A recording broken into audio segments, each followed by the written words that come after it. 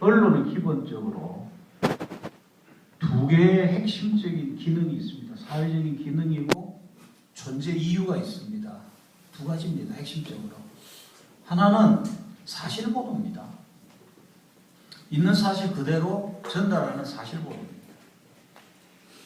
두 번째는 무릇 모든 종류의 권력에 대한 비판입니다.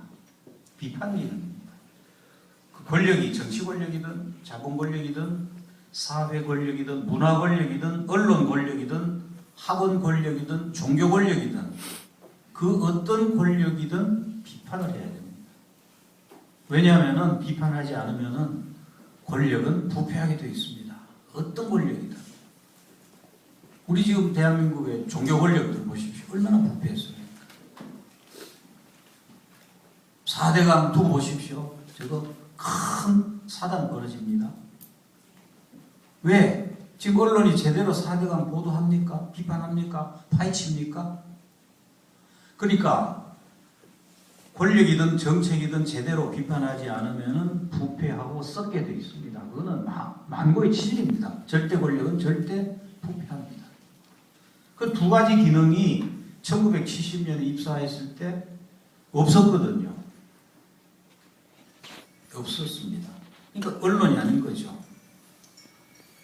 그 해에 여러분들 잘 아시는 함석헌 선생님이 씨알의 소리 장안하셨습니다. 1970년에. 저에게 참 큰 영향을 많이 주신 어르신인데 그 씨알의 소리 장관호에 이런 구절이 있습니다. 그렇게 생각할 때 참 미운 것이 신문입니다. 여기서 함 선생님께서 말씀하시는 신문이라는 이야기는 언론이라는 이야기입니다. 당시에는 방송이나 다른 인터넷 매체는 물론 없었고 방송도 영향력이 미미했기 때문에 그냥 언론하면 신문이었죠. 그래서 여기서 함 선생님께서 신문이라고 할 때는 그냥 언론 전반을 두고 이해가 되겠습니다. 그렇게 생각할 때 참 미운 것이 신문입니다. 신문이 무엇입니까? 언론이 무엇입니까? 씨알의 눈이요 입입니다. 사실 옛날 예수 석가 공자가 섰던 자리에 오늘날은 신문이 서 있습니다. 오늘의 종교는 신문입니다. 이 함석헌 선생님이 당시에 암흑시대에 언론 암흑시대에 제대로 된 언론 하나 없으니 그 제대로 된 언론 하나 하시겠다고 씨알의 소리 창간하시면서 그렇게 한탄하셨어요. 옛날 예수 석가 공자가 섰던 자리에 오늘날은 신문, 언론이 써있다. 그만큼 중요하다는 것이죠. 바로 종교와 마찬가지로 언론이 진리를 전하고 진실을 전하고 희망의 메시지를 전하고 해야 되는데 그것 하나 못하니까 너를 참 믿다 그랬습니다. 그렇게 생각할 때 참 미운 것이 신문이 언론이다 그랬습니다. 제 기능을 못했기 때문이죠. 저희도 제가 입사했을 때 마찬가지입니다. 사실보도 하나 못했습니다. 대학에서 시위가 있어도 한 줄 보도 못했습니다.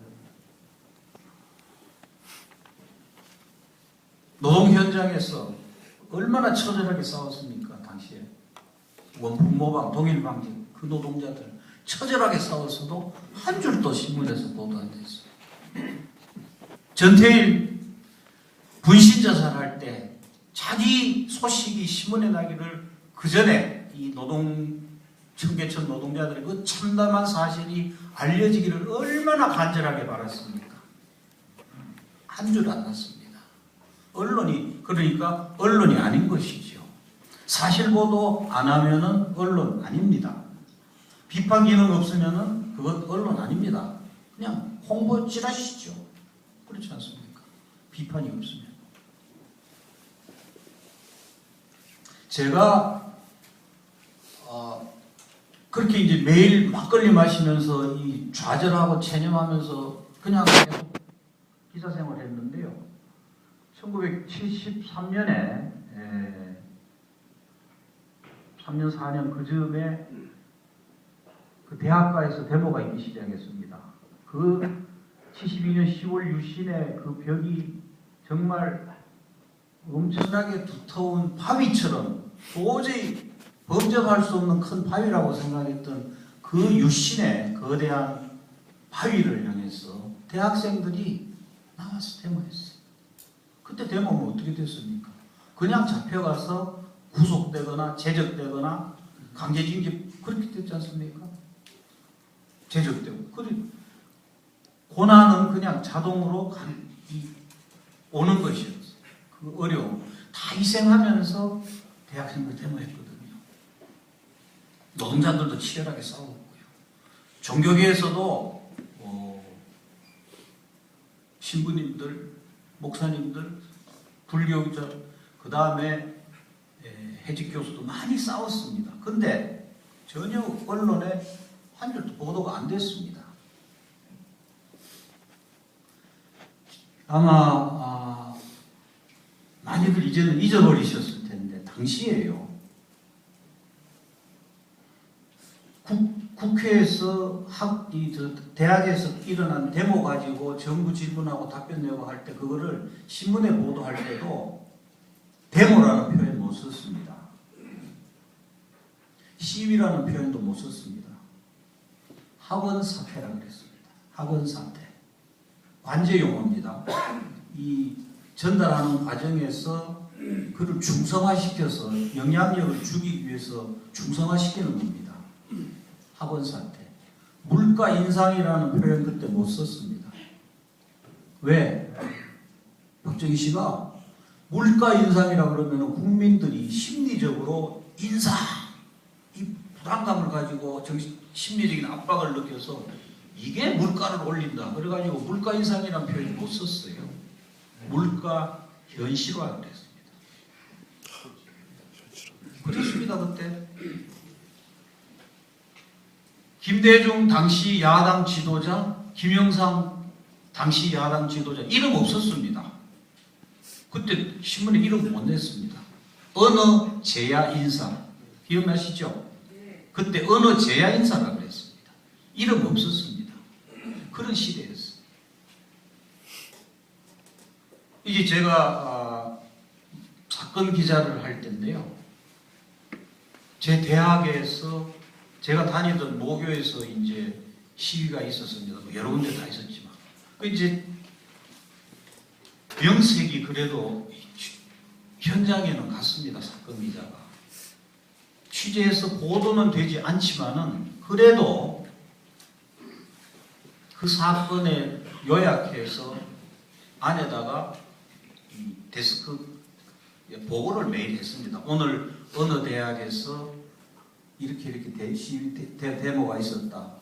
학생 몇 명이 모여서 구호는 어떻게 외치고 성명서는 이런 내용이 골자다. 그리고 몇 명 잡혀갔다.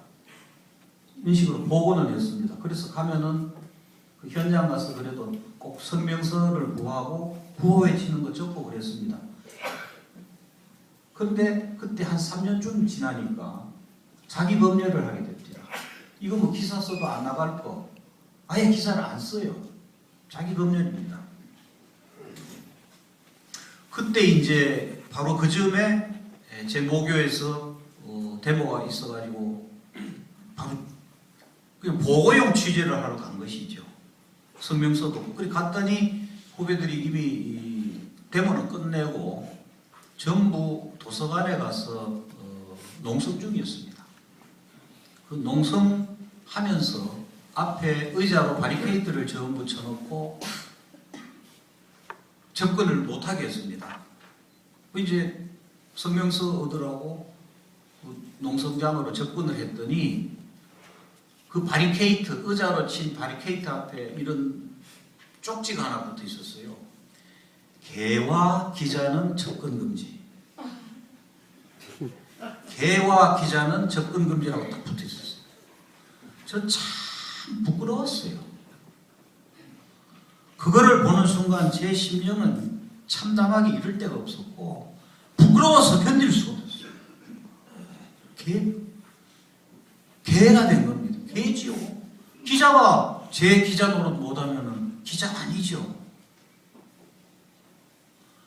그때 사회적으로 그렇지 않습니까? 우리가 지금도 그렇고 어느 시대도 다 마찬가지지만 억울하게 어떤 고통을 당하고 고난을 당하고 억울한 일을 당하고 그럴 때 내가 아프다 아야 소리 내면은 그것이 알려져서 같이 공감을 받고 공유될 때 그 고통이 덜어드는 거 아닙니까?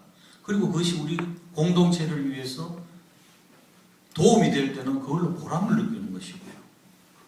그런데 언론에서 보도 안 해주면 누가 합니까? 내가 아무리 아프다고 외치고 이것이 정의라고 외치고 이것이 옳은 것이라고 외쳐도 아무도 모르면 그것을 전달해줘야 할 언론이 제 역할을 못하면 그 소리는 그냥 메마디 소리 되고 메아리 없는 소리가 끝나는 거 아닙니까? 언론이 그래서 참 중요합니다. 함께 아파하고 함께 고민하고 함께 정의가 무엇인지를 찾고 그 길을 찾고 그런 것을 받아주는 그릇이거든요. 그건 못한 겁니다. 사실보도뿐만이 아니고 비판 기능도 못했으니 언론이 아니죠. 그러니까 젊은 대학생들 눈으로 보니 개와 기자는 접근금지라는 팻말 써붙이게 된 거 아닙니까? 그리고 당시에 지금도 마찬가지입니다만은 그 광화문 한복판에 있는 동아일보 사옥 앞에 대학생들, 종교인들, 지식인들, 노동자들 많이 찾아와서 시위 많이 했습니다. 제발 좀 잠에서 깨어나라고. 잠에서 깨어나라고. 언론인 노릇 제대로 하라고. 저만 그렇게 참담하고 그 부끄러움을 느낀 게 저만이 아니었습니다. 당시 젊은 기자들 다 비슷했습니다. 그래서 그러한 분노와 부끄러움이 결국 어느 날 터져나온 것이 1974년 10월 동아일보 자유언론 실천선언이고 투쟁이었습니다. 그때부터 싸워가지고 빼앗겼던 당시 유신 정치 독재 권력에 의해서 빼앗겼던 언론 자유 하나하나 다시 찾아왔습니다. 하나하나 다 찾아왔습니다. 힘들었지만 참 보람되었습니다. 그리고 상당 부분 언론 자유 회복했습니다. 당시에. 그래서 박정희 대통령이 엄청난 정치적 위기를 느끼고 이대로 둬서는 안 되겠다 해가지고 연말에 어느 날 갑자기 광고가 없어져 버렸어요. 동아일보, 동아방송 광고가 12월 말에 그냥 사라져 버렸어요. 누가 그랬겠어요? 당시 워싱턴 포스트에서 그때 당시에 언론 자유 투쟁하고 광고가 그냥 하루아침에 소리 없이 사라지고 그런 현상을 두고 유령과의 싸움이라고 했습니다. 광고를 없애버린 실체가 없으니 유령이죠. 중앙정부죠. 국가가 했죠. 유신 독재 권력.